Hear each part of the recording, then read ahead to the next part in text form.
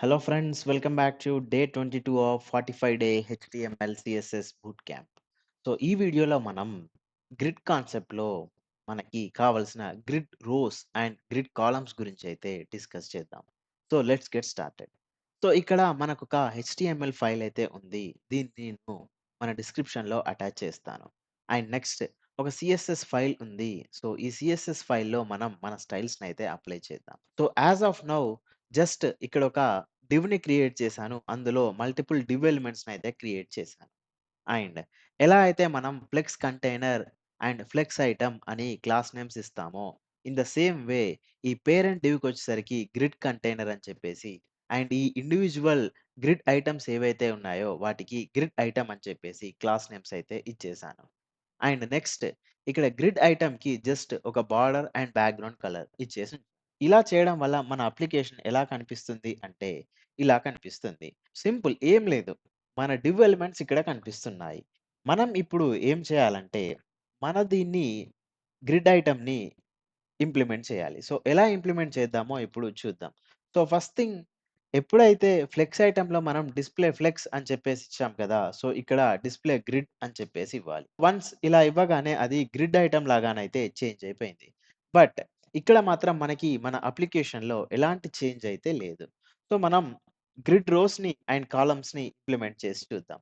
So, మనం discuss చేసింది అదే కదా! ఈ గ్రిడ్‌లో మనకి కాలమ్న్స్‌కి అండ్ రోస్‌కి కంప్లీట్ కంట్రోల్ మన చేతిలోనే ఉంటుంది అని చెప్పేసి అనుకున్నాం. సో, ఫస్ట్ నేను రోస్ గురించైతే డిస్కస్ చేస్తాను.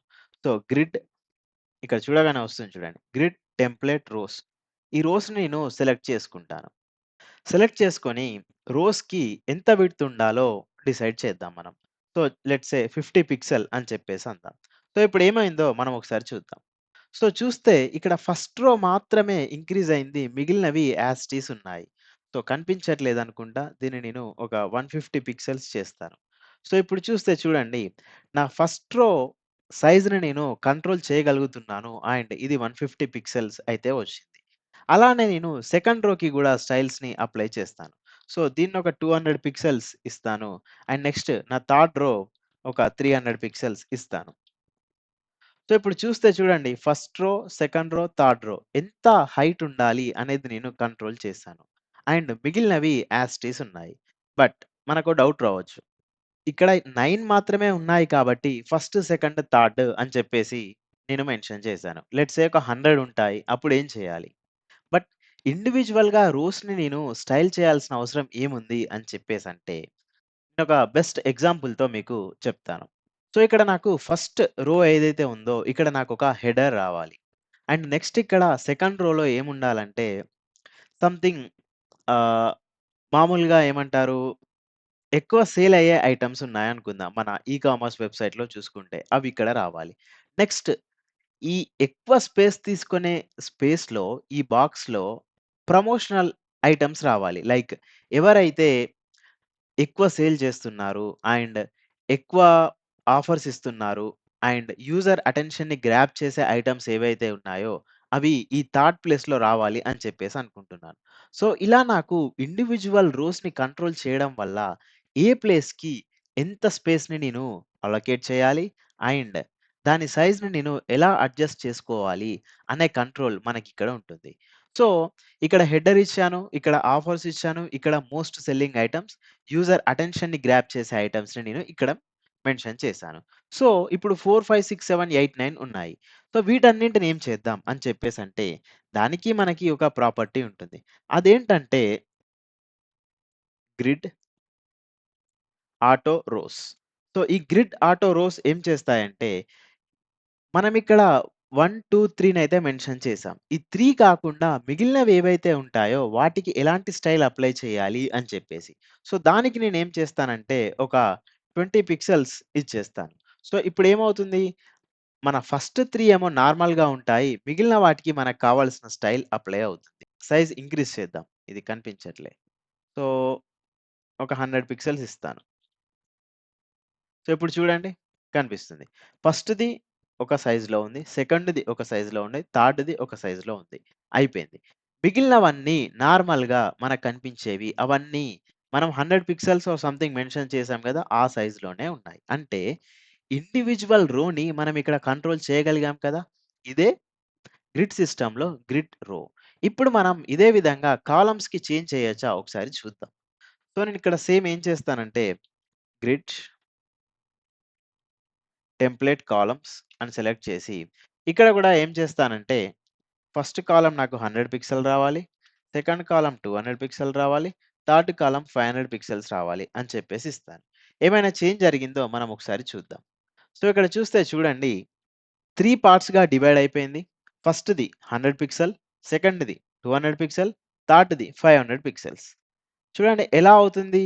లైక్ ఇదే మనం ఒక టేబులర్ ఫార్మ్‌లో గనుక డిస్కస్ చేస్తే, ఫస్ట్ ఇక్కడ సీరియల్ నంబర్ ఉంది. ఇక్కడ నేమ్ ఉంది. ఇక్కడ కంప్లీట్ డీటెయిల్స్ ఉన్నాయి అని చెప్పేసి అనుకుందాం. సో, అంటే ఒక 2 డైమెన్షనల్ మోడల్‌లో నేను ఎవ్రి రోని, కాలమ్‌ని కంట్రోల్ చేస్తున్నాను కదా ఇక్కడ. దీన్నే మనం గ్రిడ్ సిస్టమ్‌లో మనకి ఒక కీ కాన్సెప్ట్ అన్నట్టు. ఇవన్నీ మనం ఫ్లెక్స్ బాక్స్‌లో చేయరాదు. ఇన్ కేస్ చేయొచ్చినా ఇంత ఈజీగా ఉండవు. అందుకే నేను డిస్‌ప్లే గ్రిడ్ అని చెప్పేసి ఇచ్చి, ఈ గ్రిడ్ రోస్‌ని, గ్రిడ్ కాలమ్స్‌ని టార్గెట్ చేస్తున్నాను. సో, మనం ఏం చేసాం? మనం రోస్‌ని యూజ్ చేసి, రోస్‌ని స్టైల్ చేసాం ఇండివిడ్యువల్‌గా. కాలమ్స్‌ని యూజ్ చేసి, కాలమ్స్‌ని స్టైల్ చేసాం. అది కూడా ఇండివిడ్యువల్‌గా.